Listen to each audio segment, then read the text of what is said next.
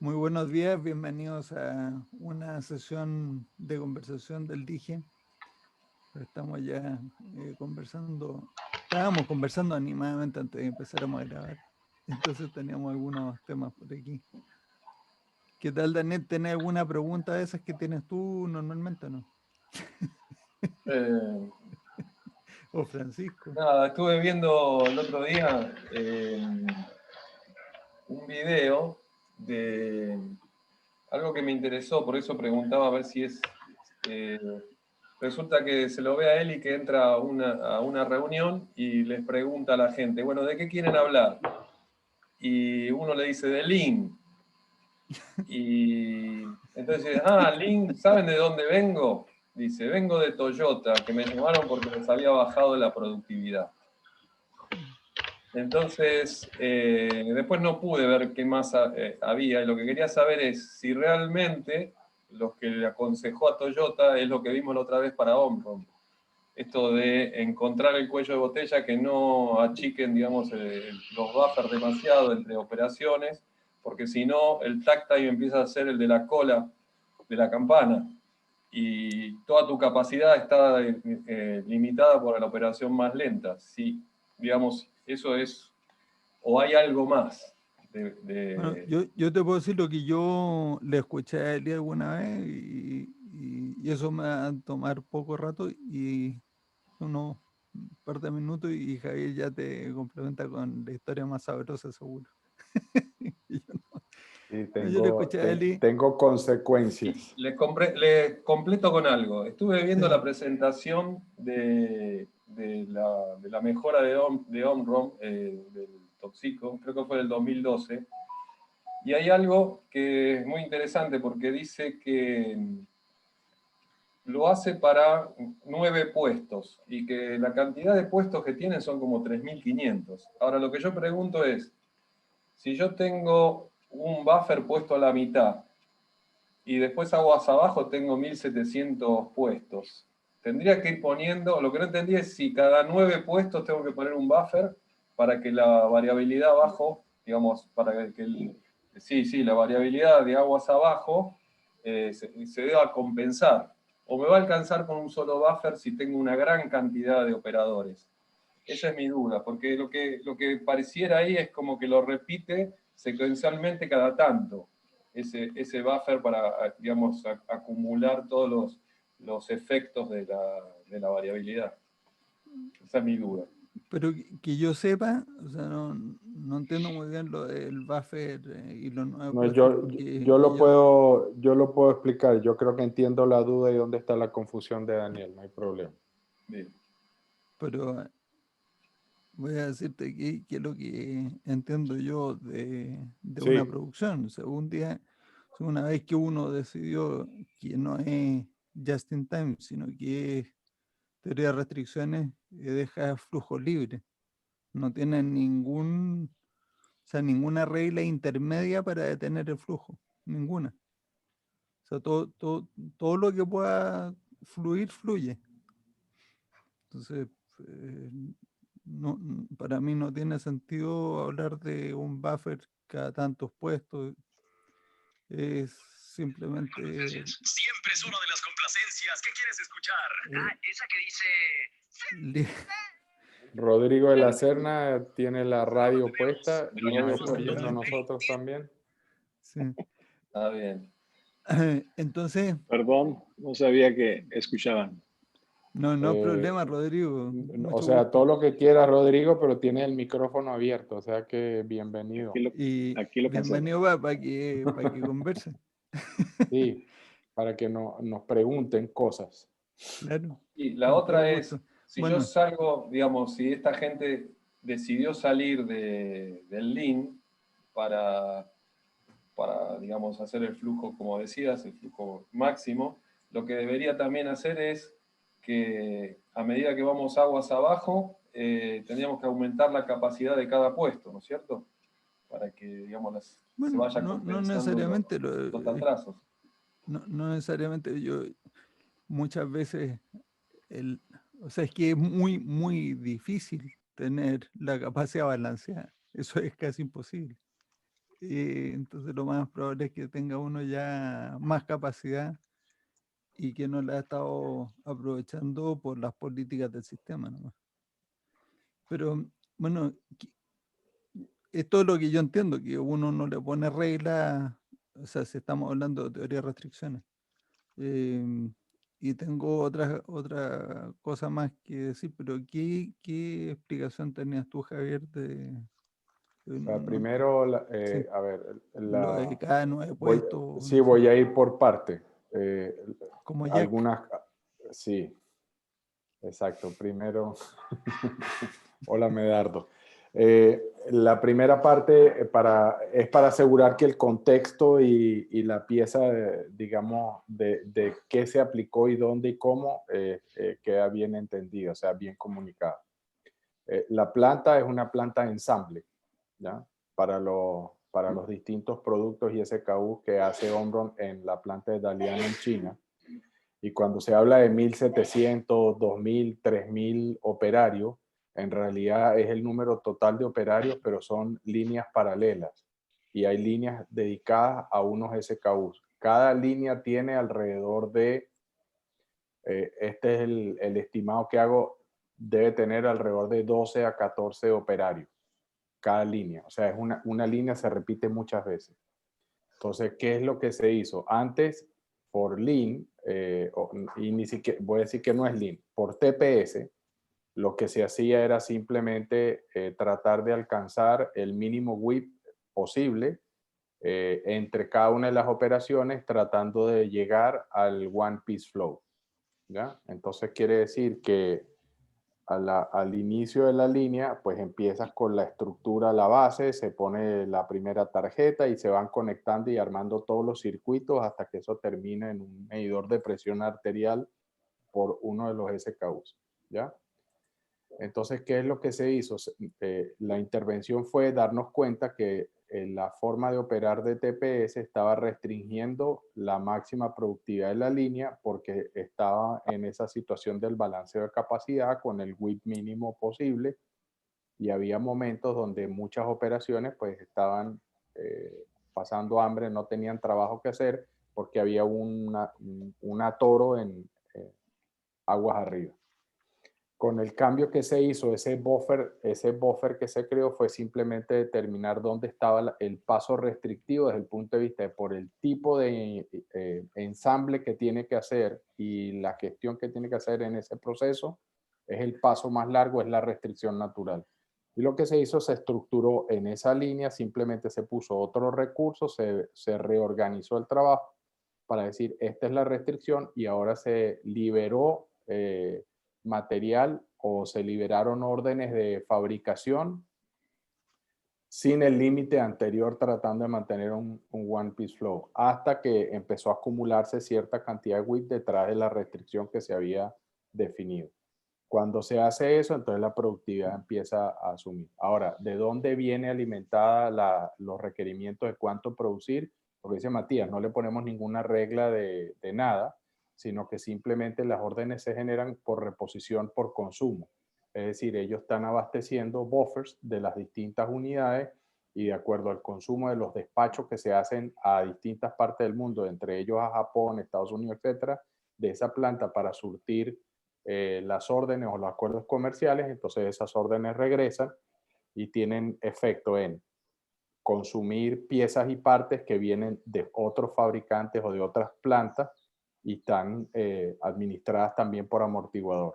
O sea, por ejemplo, las tarjetas electrónicas con los circuitos integrados y todas esas cosas, las mantienen en un buffer y para cada modelo y de acuerdo al consumo, pues simplemente se van reponiendo. Entonces, esa es la explicación, digamos, más detallada de qué fue lo que se hizo y el contexto de esa planta en particular. Pero lo que se hizo en esa planta de Dalian de Omron es muy difícil de replicar en la planta de montaje de Toyota, porque en alguna de las plantas de Toyota, no sé cuántas tiene hoy día. Sí, o Toyota o BMW, las que tú quieras, todas las que se jactan de usar más o menos esa lógica. Y en general, o el concepto general es cualquier planta que tenga planta de ensamble y el producto es voluminoso. O sea, un automóvil es voluminoso, un tractor es voluminoso. El problema de cambiar esas líneas es que están diseñadas y con ese criterio y necesitas cambiar el layout, porque necesitas un buffer adelante y un buffer vacío atrás. De la Además, restricción, claro, mover claro, eso o sea, es muy importante. Es una el- inversión muy importante.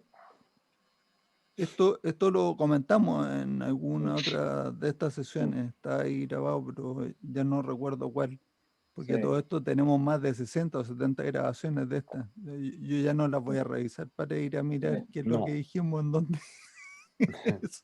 Eso Creo que queda ya no. para la historia, sí. Sí. Pero en Toyota, yo sé lo que Eli le sugirió a alguien de Toyota alguna vez. Le sugirió que podían hacer lo que finalmente no terminó haciendo Cadillac, que también se lo dijo que podía haber hecho, que era hacer una oferta realmente increíble. Personalizar al gusto del consumidor, imagínate los millones de consumidores, el gusto consumidor, el automóvil, y que te lo entreguen en un plazo muy razonable, menos de un mes. Se ha hecho a la medida, en pocas O palabras. sea, tú le das los parámetros, usted lo puede personalizar con... O sea, todas estas son las opciones que puede personalizar. Lo quiere de un color allá Sí, adentro, o sea, de exacto. color naranja y el interior verde, yo creo que lo podemos hacer, no sé. Y entonces decía Eli que esa era como la última personalización. Imagínate que uno anda en su automóvil. Ahora, yo creo que el defecto que tiene eso es que después está bastante difícil venderlo, güey. Exacto. Creo yo, pero Dependiendo qué tan fuera de la norma está uno, de los claro, gustos que tiene. claro. O sea, la reventa debe estar bastante más complicada porque Sí, hay mucha asimetría de información ahí, entonces no. Pero correcto. eh, esas conversaciones con Toyota no llegaron nunca, o sea, llegamos hasta tener invitado en un Tosico hace como 4 años, como orador, un keynote speaker. Ujú. Sanichi creo que se llama el hombre. Nampashi Hayashi. Nampashi Hayashi. Nampashi Hayashi, que era el último sobreviviente de los del grupo Alumnos que había directos trabajado con ONU. de ONU. Ujú. Sí. Sí. Y ahí nos explicó lo de Jidoka y el Just in Time y toda esta, como la base de todo, pero no ha avanzado más para allá. Y a mí me sorprende porque ya esto está publicado, o sea, no es que sea un secreto, no Sí, digamos nada mientras no nos paguen. exacto. Está publicadísimo, está publicadísimo, usted puede tomar su línea. Y entonces las líneas súper acopladas tienen el beneficio de que como no tiene WIP entre medio, el lead time o sea, está limitado nada más que por la velocidad de flujo y va todo rápido. Pero al mismo tiempo tiene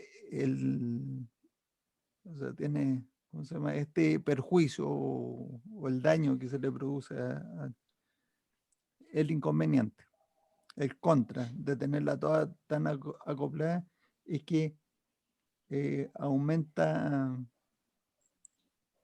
eh, por cada, fíjate que por cada elemento que uno acopla, yo creo que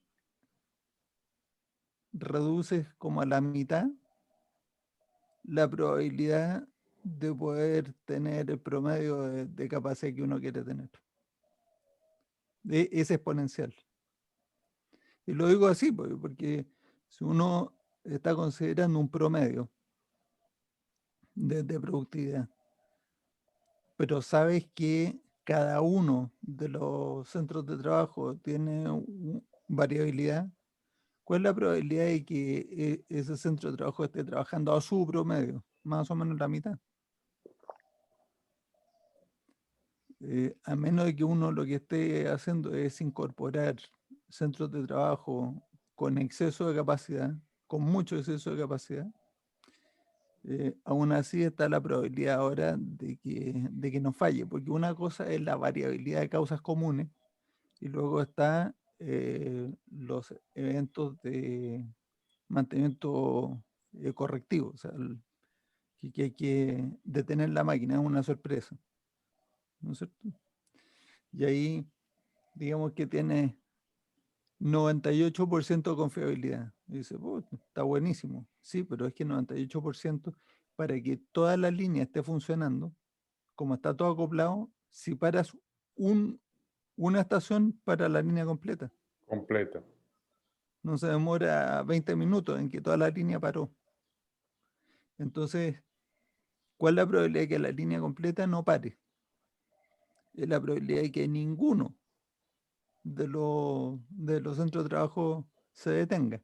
Entonces, si tiene 98% de confiabilidad, eso significa 0,98 elevado a n. Esa es la probabilidad de que ninguno pare. O sea, 1 menos eso, ¿no es cierto? 1 menos eso. Exacto. ¿Y cuánto da eso? Da una Casi probabilidad cero. bastante alta. No, es la probabilidad de que no pare Sí, o la de que probabilidad de pare. que no pare No, es prácticamente cualquiera cero. de las dos nos sirve. Sí, sí, sí. Uno menos la otra. Uno menos la otra sí. Sí, Y al tenerlas todas acopladas, es muy difícil estar por debajo del 20% de probabilidad de tensión. Entonces, 20% es una burrada de tiempo cuando estaba hablando de esos volúmenes de producción. Entonces, lo primero que hacemos, en vez de estar preocupándonos de que es el desperdicio aquí o allá, el mayor desperdicio es el desperdicio de que la línea pare, de como un flujo, todo. exactamente. Ese es el mayor desperdicio. Entonces, ¿cómo hace uno para aprovechar la capacidad máxima? Entonces, identificar, aquí estoy repitiendo, identificar cuál es el recurso que va a dictar el flujo y hay que hacer un cambio de layout. Y hay que hacer más lenta la línea. Si la quieres hacer más rápida, la tienes que hacer más lenta. de, de estas frases así paradojales que tenemos. Sí. Entonces, Paradojales, cuasi aíslas, críptica. claro, uno aísla el centro de trabajo que va a dictar el flujo y lo tienes que aislar dejando el espacio para que se te puedan acumular algunos automóviles antes y también después, porque si la detención se produce después, tú tienes que poder en el cuello de botella, Continuar operando, voy a exacto. usar la palabra cuello de botella, pero el que dicta el flujo, tienes que poder seguir operando a pesar de que la línea de aguas abajo se haya detenido y uno tenga espacio para almacenar para que después se drene. Exacto. Entonces, no, eso no lo hicieron y, o sea, como, mira, yo le escuché a él y también otra cosa, ahora yo creo que ya no es secreto porque alguna vez era secreto. Sí, Me no contó en podíamos. Colombia, me Sí. empezó a contar y Wendy le dice, "Shh".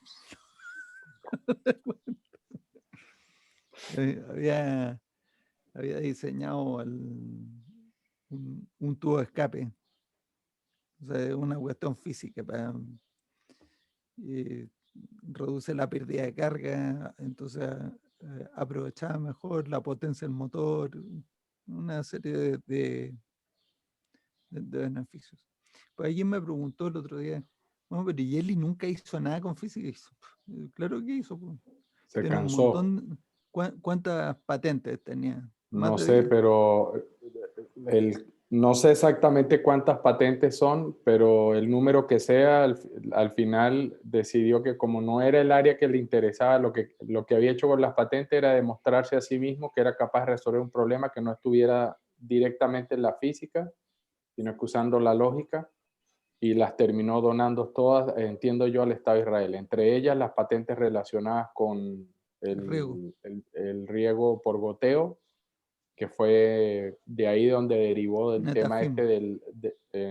sí, y el tema de la lógica de restricción de flujo, pues viene de ahí, de esos entendimientos que partieron, entiendo, con física de estado sólido, donde trabajaba con elementos radiactivos, de ahí se pasó a flujo, de flujo después agarró la lógica y entonces empezó a hacer como varias cosas, probó esa misma idea lo del tubo escape, es más o menos la misma cosa.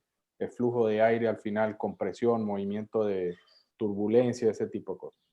Y otras cosas que hizo fue resolver problemas, entiendo, no conozco las patentes ni sé qué era, relacionados con temas de moléculas para tratamiento de alguna afección o alguna enfermedad, o temas que eran relacionados a medicina o a bioquímica, temas relacionados con la parte del tubo escape, por ejemplo, relacionado a riego por goteo y no sé qué más.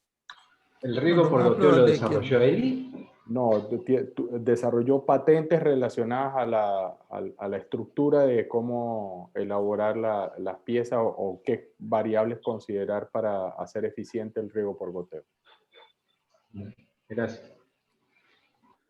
lo más probable es que esos experimentos con los elementos radiactivos fue lo que le costó el cáncer de pulmón, ¿no? Eso Y dice no mucha que gente. fumara, porque fumaba pipa. Antes fumaba cigarro. Fuma habano, sí. Ni siquiera Pero cigarro, el habano. habano tampoco te ataca el pulmón, porque uno no lo aspira. Generalmente, o sea, el cuento que yo entiendo es que en algún momento alguien le dijo que si seguía fumando los habanos a esa velocidad y con esa intensidad, que lo más probable es que le pronosticaban un cáncer en la boca. ¿Ya? Entonces le recomendaron que cambiara, entonces, Pero bueno, le dijeron que dejara. la pipa produce más Sí, a la la pipa, lengua. y él sí, pero pues él más o menos inhalaba algo y me imagino de las fumadas con la pipa, pero entonces cambió a pipa después de eso. Y ya dijo que no lo jodieran más, que iba a seguir fumando hasta que ya no pudiera fumar más. Bueno, no sé si alguna vez me lo dijo así, oye, pues si el objetivo de la vida no es estar vivo, es vivirla. Bueno. Es vivirla, sí. Eso una, y la otra que dijo es que siempre decía, ¿usted qué prefiere? ¿Cómo prefiere que yo me comporte con usted cuando estamos juntos trabajando? ¿Quiere que sea amable, que conversemos, sí? ¿O quiere Sí, que por le favor. entre a golpe y lo ponga en una esquina y lo caiga a gritos y no le tenga tolerancia de ni un segundo? Dice, eso es lo que me permite hacer fumar. Cuando yo fumo me tranquilizo. No me voy a morir ni un infarto ni voy a matar a nadie por bruto.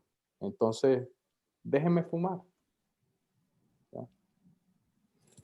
Ese era como más o menos el cuento. Bueno, yo si quieren les cuento muy rápido, les resumo, yo diría que los últimos 10 años de la relación, no es de amor y odio, sino es como la relación de noviazgo con Toyota. ¿Ya? Efectivamente, lo que decía Matías, en algún momento a Eli se le invitó a conversar con el chairman de Toyota y pues se hizo una reunión primero, había un seminario que se iba a hacer donde se suponía que era para 15, 20 personas. El seminario terminó siendo para 300 personas, porque cuando supieron que iba Eli Goldrat, pues así son los japoneses, yo los admiro en ese sentido. O sea, los tipos dijeron, ¿cómo viene el Igor? Usted está pendejo que son para 15 y para los jefes menos todavía. La gente del Gemba quiere ir, ¿no? Los gerentes, los super... Bueno, al final terminó yendo a una de las plantas que se iba a visitar y eran como 300 personas. Y pues ahí habló, conversó, le preguntaron. Pero en la reunión fundamental, que no era la que se hacía en la oficina, sino la que se hacía en la cena, ¿no? después con el sake y todas las conversaciones, que ese es el estilo usual. En Japón, las mayores decisiones y las mejores conversaciones son fuera de la oficina, porque es cuando se relaja la norma social, o sea, de que todo tiene que ser ordenado. Pero la pieza fundamental en ese momento, y no creo que estoy transgrediendo absolutamente nada con decirlo, más que aplicarte, o sea, las líneas de producción y manejar la restricción, el interés de Eli era la lógica de qué era lo que estaba haciendo que Toyota estuviera en problemas. Es decir, una de las cosas que estaba pasando en ese momento era Toyota se había convertido ya en la empresa de mayor venta en el mundo y mayor rentabilidad comparado con todos sus pares en la industria automotriz. Sin embargo, estaba empezando a no alcanzar o a no sostener la tasa de crecimiento que traía antes, y segundo, empezaron a tener, ¿cómo se llama esto? Recalls, problemas de calidad. En Toyota empezaron a aparecer problemas de calidad donde tenían que hacer grandes inversiones para reparar o recomponer algunas piezas fallas que venían inclusive de la fábrica. Entonces, eso al final se definió que eran síntomas que tenían que ver con el ADN de Toyota. Ese afán, esa obsesión que tienen por hacer las cosas bien a la primera y la calidad, ¿ya? Porque si se acuerdan, la gran ventaja competitiva de Toyota era la durabilidad de los productos, es decir, que los carros que vendían eran tan confiables que fueron cambiando toda la cara de la industria. Lo que llaman el mean failure rate fue lo que destrozaron con respecto a todas las demás marcas. O sea, abrir una puerta 2000 veces y la puerta nunca rechina, ni se descuadra, ni empieza a entrar aire, ni suena, ni hace taca, taca, taca, taca, ¿ya? Como la mayoría de los otros carros. Y la vuelves a abrir 2000 veces más y sigue exactamente igual como el día que uno la compró. Esos son como aspectos. Entonces, al final, la gran preocupación de las altas personas en la directiva de Toyota era exactamente eso, que estaban perdiendo el ADN de la compañía y no sabían cómo recuperar. Estas son palabras mías, no son de nadie. Escuchando a Nampashi Hayashi, lo que yo deduje es que a Toyota le pasó lo mismo, porque Nampashi vino a la reunión en Utah a presentar eso fue, lo vimos el 2018, Fish. Sí. 2018. En el 2018, cuando empieza a hablar y empieza a explicar exactamente qué es lo que es TPS y dice por qué TPS no es Lean o Lean no es TPS, ¿ya? Lo cual me pareció fantástico. Pero sin embargo, cuando uno ve la explicación de lo que estaban tratando de hacer, lo que me quedó claro es que el enfoque sigue siendo en Jidoka y todas estas cosas, y es como la técnica. Pero la filosofía, al final uno se lee la historia de Ono y ve los escritos de las cosas, que ahí las tengo, no he escrito los artículos que dije que iba a escribir todavía, pero ya me leí lo que tenía que leerme. Es impresionante la manera como Ono pensaba en ese momento, desde que empezó a gestar esta idea y a ponerla y a tratar de mejorar el flujo. Pero lo que Ono tenía en la cabeza era flujo. O sea, no hay duda de eso. Flujo, flujo, flujo, flujo, flujo. Y si me quiere hablar de otra cosa, hábleme de flujo. Habla de una analogía con un río, ¿te acuerdas? Con el río, sí.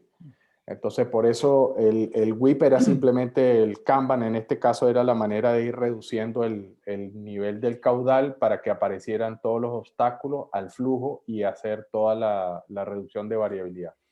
Otra conexión interesante era, por ejemplo, bueno, ¿cómo fue que se les ocurrió hacer todo esto ¿cómo se llama la técnica esta de los cambios rápidos? ¿Cómo? No, la de los cambios. SMED, eso. ¿De dónde sale la metodología o la técnica de SMED?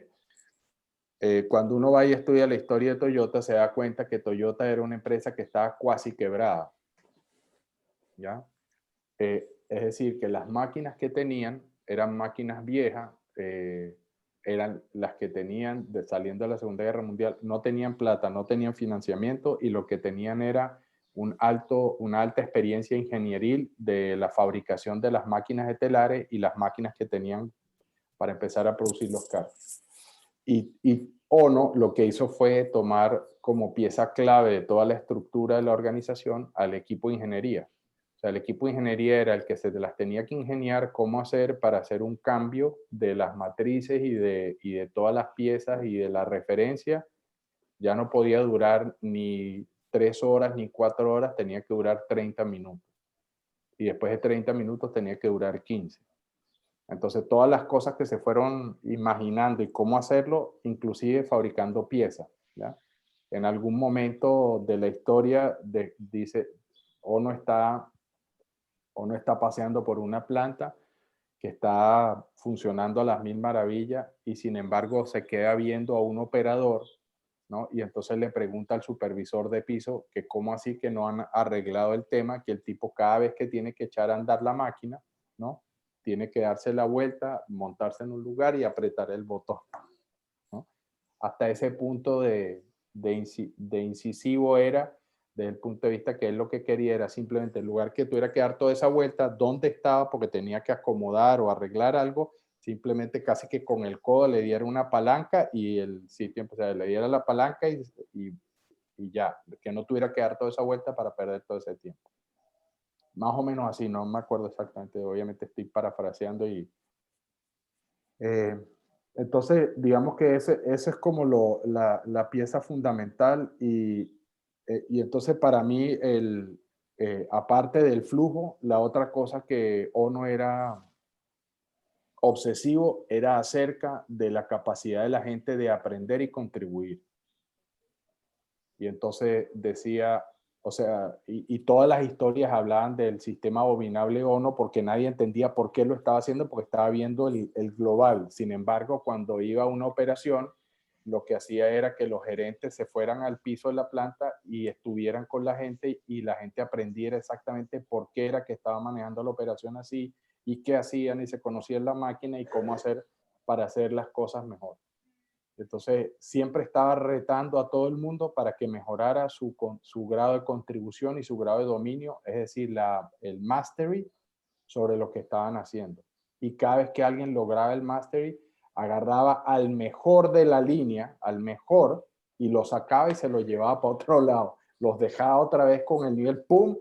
Ahora tiene que salir otro mejor. O sea, y en ese sentido, siempre retando el desarrollo de las personas.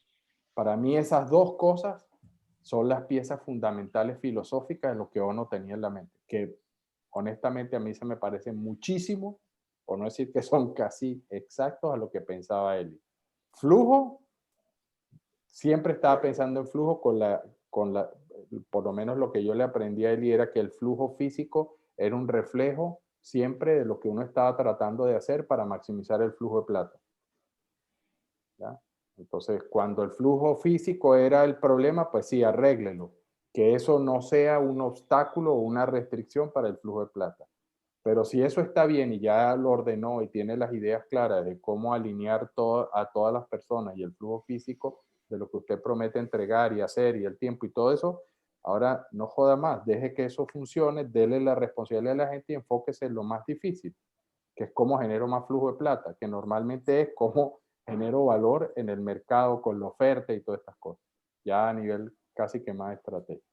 Perdón por todo el desvío. Y hoy en día, lo que se está haciendo es que tenemos muchísimo contacto con Toyota debido a la relación con Nampashi, que ya se jubiló, o sea, ya no está donde estaba, y es asesor nuestro desde el punto de vista que está metido ahí porque pues, trabaja con el equipo de Goldratt en Japón. Pero lo que se está haciendo es que se está haciendo trabajos y pilotos con equipos en empresas que son de Toyota, pero no es Toyota de marca. Por ejemplo, en Nippon Denso, todo lo que son los repuestos y la parte de camiones, ¿sí? Se está trabajando con ellos. Se está trabajando en otras empresas del Keiretsu, del grupo Toyota, que no me acuerdo exactamente cuáles son. Pero es eso, es enseñarle la lógica de TOC y lo que yo creo que está haciendo Yuji en Japón es crear masa crítica hasta que un día Toyota diga, ya no jodemos más. Vamos a saltar de TPS a TOC. Eso es lo que yo creo que, o sea, si Toyota llega a decir eso, vamos a tener una revolución. Creo yo. Que nos demorará otros 40 años hasta que le hagan caso a Toyota. Ojalá que lleguemos a que le hagan caso. O sea, que le hagan Pues yo caso. espero que ya por lo menos tenemos 20 años, esos 40 invertidos. Espero que en 20 años más lo veamos. Una pregunta un poquito más filosófica. ¿Por qué, Sí. digamos, todas las veces que conversamos, hablamos, pero no nos metemos, digamos, como que en calidad no lo tratamos el tema, si bien tratamos todas las partes de un proceso? Sería porque los buffers lo que hace Tú es... dices la calidad, el tema de la La calidad. calidad como tal, el Sí, tema de o sea, calidad. a ver, en su momento cuando yo trabajaba con los japoneses no me hablaban de control de calidad, me decían el dominio del proceso. Vos tenés que dominar el proceso para saber que siempre te sale bien.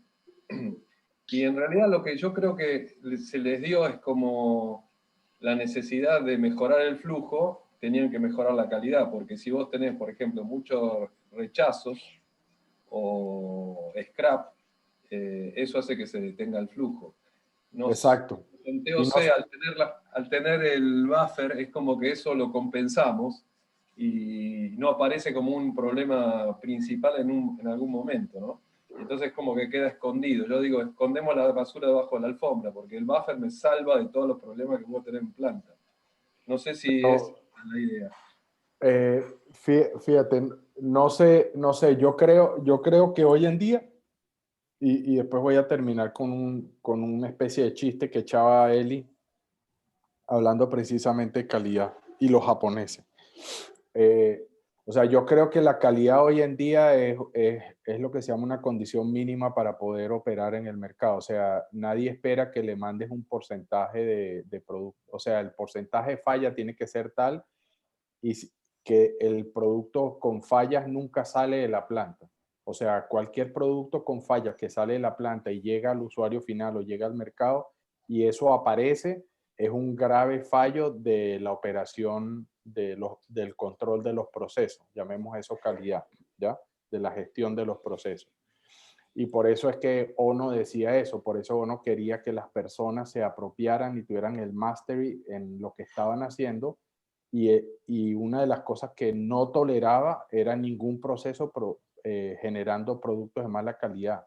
Cuando tenían una tasa de rechazo alta, la idea no era el número de piezas, sino piezas perfectas, por decirlo de alguna manera, o dentro de las tolerancias. Y lo que no era scrap, y había que resolver por qué estaba generando ese scrap o ese rechazo. Y así era con todo. Entonces, la idea es que al final el producto que está saliendo, por eso es que fueron capaces de reducir el mean failure rate, ¿no? De los productos a ese nivel de que después, fíjate lo lógico del desarrollo. Claro, uno dice todos los años Toyota haciendo eso y después uno mira la lógica contraria cuando se desarrolla la iniciativa Six Sigma en Motorola, es al revés, es poner la meta de que este es el número tolerable de rechazos de calidad, digamos, y sin embargo no funciona tan bien ni así de bueno en todas partes. O sea, es tan tortuoso, pero es mucho menos efectivo. ¿Por qué? Porque le estás poniendo una meta numérica a la gente en lugar de la cultura del proceso. Para mí esas son como las dos diferencias. El chiste de Eli era una compañía americana le hace un pedido a una compañía japonesa, ¿ya? Y le dice, queremos 100,000 piezas al mes y con una tolerancia de no más del 2% de pieza fuera de especificación, ¿ya? Y dice, y tiene que ser 2%, así. Y entonces cuando llega el primer pedido, efectivamente vienen las 100,000 piezas con un 2% de las especificaciones por fuera. Y el tercer pedido, y así. Entonces un día están hablando y los japoneses dicen, la verdad que no entendemos la lógica americana. ¿Por qué quieren que les mandemos 2% fuera de especificaciones? Lo que hemos tenido que hacer es sacar las piezas que están buenas y darles golpes y hacerlas fuera de especificaciones para cumplirle el pedido. Bueno, esa era la historia de él y Pero cómo. en todo caso, este comentario de Daniel, yo lo que te iba a comentar es que no hay una contradicción. O sea, si hay contradicción entre dos objetivos que uno quiere lograr, es porque está haciendo algún supuesto equivocado. Entonces, si uno se encuentra con que tiene que tomar una acción para mejorar la calidad y otra acción para mejorar el throughput, quiere decir que está haciendo algún supuesto equivocado y tiene que cambiar eso y cambiar las acciones y las decisiones que va a tomar. Y yo sé, es que ya ni me acuerdo dónde y a quién le he escuchado esta historia dice, es que no se trata de que uno tiene varios objetivos y que tiene que tomar acciones para cada uno. Bajar el costo, aumentar el throughput, mejorar la calidad, todos estos son objetivos que tienes que lograr en la producción. Basta con que elijas uno nada más, y el resto te va a seguir.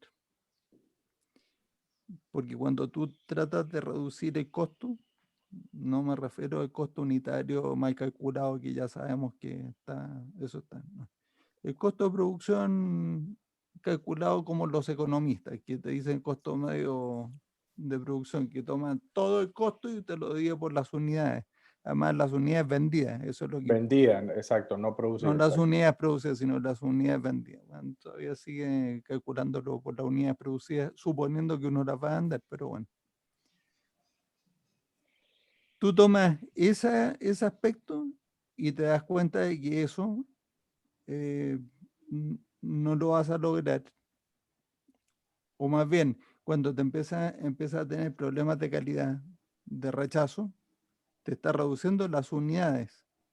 Por lo tanto, el costo te está aumentando. Así que si tú quieres reducir el costo, tienes que reducir los rechazos. O sea que, y me fui a la menos preferida mía, ¿no es cierto? yo no prefiero ir a mirar que se reduzca el costo, sino que aumentar el throughput. Entonces, para aumentar el throughput o aumentar la productividad, tiene varios aspectos y entre ellos está el tema de la calidad. Y entonces el otro comentario que te voy a hacer respecto a que tú dices, o sea, dijiste, es que ponemos el buffer y en el buffer se pueden esconder cosas. Y yo dije, es verdad, o sea, yo pensé, es verdad, tú tienes más WIP y el WIP puede esconder cosas. Sin embargo, el buffer lo ponemos presente para lo contrario de De tener más esconder. WIP, sino que es de tener menos WIP. Menos. O sea, en De manera que principio, salten. Sí. excepto que vayamos a hacer una implementación donde el WIP está tan estrangulado que tú le metes más WIP con la planta de Omron, le metes más WIP y aumenta el throughput. En 6 días aumentó 60%, es bastante bueno. Pero el buffer en el fondo lo que hace es controlar la cantidad de WIP. Y te puedo poner ejemplos de dos industrias que yo conozco. Una, muebles de cocina, que son hasta que uno corta melamina y se perfora, o sea, se dimensiona, se perfora, se le pegan los cantos y después o ya la arma o ya te lo llevas para armar en obra o como quieras. ¿No es cierto? Muebles de cocina o closets o ese tipo. Cuando tienes exceso de WIP, no hay día que no pase que no le pasan a llevar un canto o le rompen una esquina a uno de los paneles que ya están cortados y listos para armar. Y no tiene arreglos. ¿No? Eso, o sea, olvídate, no tiene arreglo. Eso hay que usarlo para hacer uno más pequeño. Hasta que te dañaron la media más pequeña de la fábrica y entonces ya no, eso es para leña. Eso no sirve, no sé para qué sirve eso. Ni para leña sirve, porque tiene plástico. Así que en la fabricación de muebles yo lo he visto que cuando tú controlas el whip y pones el amortiguador, mejora la calidad. Y en otra que también vi, en fabricación de cuando usa vidrio plano. Entonces puede ser fabricación de los elementos blindados de vehículos, que también vimos una fábrica de esas. Cuando uno tiene mucho whip, o sea, uno ya sabe que más whip es más tiempo dentro de la planta, ¿cierto? O sea, eso ya porque no hay otra, o sea, la capacidad, incluso demasiado whip reduce la capacidad y entonces más tiempo todavía. Por cada hora que pasa uno de estos elementos en la planta, acumula una capita de polvo. Y si tú lo vas a limpiar con un paño, Lo y como el raya. polvo es más duro que el vidrio, le hace una raya, ¿no? Hay rayas que no importan mucho, pero hay clientes como los OEM, o sea, las ensambladoras de vehículos nuevos, que no toleran ni una rayita, nada. Pues le tienes que mandar el elemento perfecto porque va a vender un vehículo Carro nuevo, nuevo, sí. Exacto. ¿no? Entonces, después de que hiciste toda la fabricación, está en la inspección final y le ve una rayita, rechazado.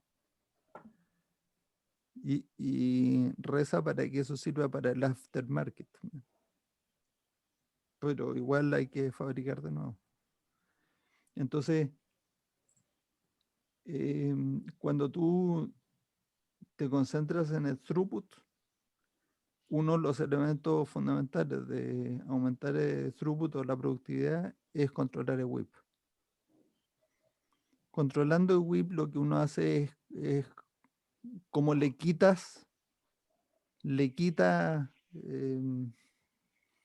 estaba pensando comida al sistema digestivo, pero no sé si muy buena le quita material a la fábrica. Entonces, la fábrica es voraz. Trata de consumirse todo lo que tú le entregas. Y entonces toda la capacidad está concentrada ahora en que salga lo poco que le pasaste. Entonces se acelera el flujo, se reducen los tiempos de estadía y mientras menos tiempo esté el whip dentro de la fábrica, menor es la probabilidad de falla. Ese es un elemento. Entonces, pues, te contesto con que los proyectos no son, o sea, nuevamente, igual que con el costo. Dice, no, pero es que a ti no te importa el costo. Dice, no, señor, me importa tanto que lo que quiero es reducir al mínimo el costo total de producción. Pero no lo voy a hacer tratando de reducir el costo, sino que lo voy a hacer tratando de aumentar la productividad. Entonces, Exacto. es que a ti la calidad no, como que no te escuchaba. Sí, pero por supuesto que me importa. Y entonces, cuando en mis mediciones secundarias, pues estoy haciendo mediciones de flujo y cuáles son las causas de que se me detienen cosas, empiezo a ver que hay mucho rechazo y todo, entonces tengo que tomar acción para reducir los rechazos de alguna manera. Entonces, ahí está metida la calidad de todas maneras en todos los proyectos. Pero no es nuestro foco principal. Es un resultado, es un subproducto de enfocarse en el flujo. Que es lo mismo que dijo Toyota. Sí. Y como me hiciste pensar en ese aspecto, Javier, de que, y que contradice esto de que si uno le pone una meta, cuando uno pone una meta, le pone un máximo al desempeño. Ujú. Eso es increíble. Tú ponle una meta a alguien Sí, y es muy o sea, esa difícil es la que su gran desempeño sea falacia mucho mayor.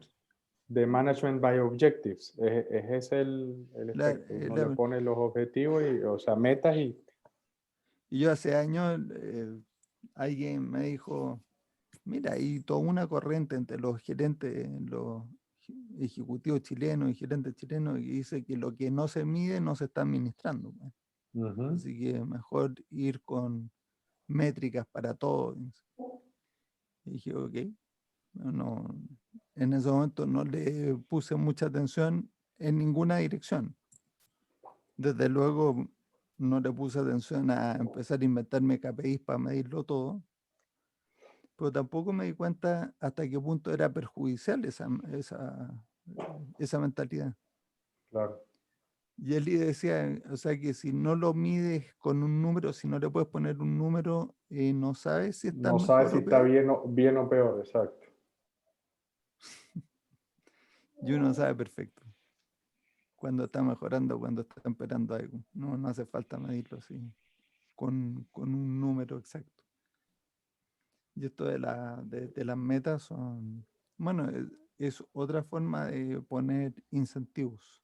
Ujú. Y Perdón, ya tengo sabes, ruido los de fondo. incentivos perversos. ¿Qué? O sea, esto que está tan de moda hoy en día, la metodología OKR, que implementó Google y otras empresas, digamos que Ujú. bajo la filosofía TOC hace más ruido que el que tengo de fondo yo ya en este momento, ¿no? OKR. Sí, es Sí. Objective KPI Results. Otra sigla que tengo aquí. Sí, no. O sea, digamos que se pone muy en boga porque la gente piensa que si pone eso le va a ir como Google, ¿ya? Nadie lo dice, pero estoy seguro que eso es un componente de lo que tienen metido en la cabeza, o la gente que te lo quiere vender para explicártelo cómo utilizarlo, hace que hagas la conexión lógica entre, si Google usa esto, esto debe ser bueno. Entonces tú dices, Usain Bolt Exacto. corre en menos de 10 segundos Y y usa de Nike. desayuno se come un pan con mermelada de mora. Se debería Exacto. comer pan con mermelada de mora. Porque mañana rompo el récord, sí. Claro, O sea, ese es una ese es causalidad perfecta, causa y efecto. absoluta, absoluta. Y Imagínate. después, o sea, lo que está clarísimo es para mí el sistema OKR, porque pues lo conozco bien, inclusive lo llegamos a utilizar nosotros en el equipo en América Latina, lo usamos como un método, pero lo más importante para mí era el método para conversar y ponernos de acuerdo de qué vamos a hacer. Y sobre todo la forma como se hace, para mí es una forma, o sea, es lo mismo, es poner esas metas y apretar la chancleta para que todo el mundo entregue lo que supuestamente tiene que entregar, pero para mí es más un tema de, bueno, tenemos esta meta que queremos lograr y hacemos una serie de suposiciones acerca de las acciones que tenemos que tomar para llegar a ese objetivo, ¿ya? Digamos que queremos crecer las ventas, tenemos que hacer esta cantidad de cosas. Y esa es nuestra decisión. Estas son las acciones que vamos a tomar.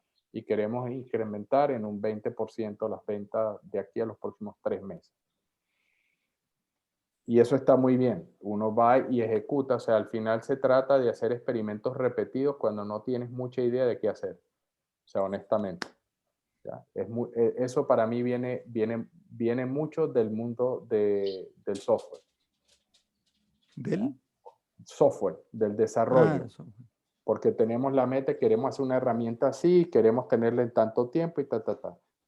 Eso al final es mucho del tema de Google, cómo miden a todo el mundo. Y bueno, obviamente en alguna parte de Google tienen que tenemos estas metas de tantos anunciantes, tenemos todas estas cosas. O sea, pero creo que cuando uno tiene la lógica correcta de la transición que tiene que seguir, lo que está es validando si la lógica está bien o no.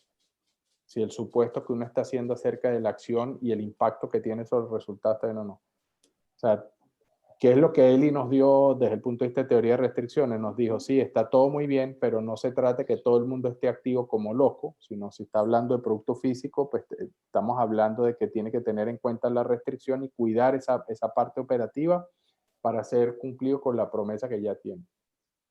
¿Ya? Y de ahí en adelante, todo lo que tiene que ver con el mercado, pues desde el punto de vista del OKR o como uno lo quiera poner de las metas, tiene que ver es más bien es un razonamiento desde el punto de vista, o sea, físicamente desde el punto de vista de mis políticas, estoy en los canales correctos, tengo la mezcla de productos correctos, ¿qué pasa con la competencia? O sea, el pricing está bien hecho, ¿no? O sea, son cosas de ejecución del negocio, pero después en el fondo de todo eso está si mi propuesta de valor tiene con qué competir en el mercado o no. Si uno dice sí, entonces ahora hagamos toda la estructura lógica de cómo se mueve la parte comercial y cómo lo ofrecemos, cómo lo entregamos, cómo cobramos, cómo lo distribuimos, todas las cosas que tienen que ver para que el negocio funcione.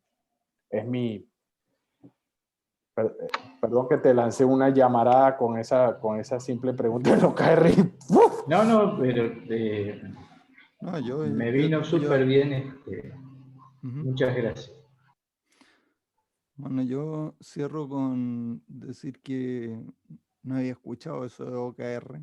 ¿Está bien? Otro acrónimo de 3 letras para sumar al repertorio. Ad Yo creo que se infinitum, están sí. acabando. La combinación, o sea, a menos de que empecemos a incorporar nuevas letras, no sé. Ya se nos empiezan a repetir. inventaremos uno nosotros, no te preocupes.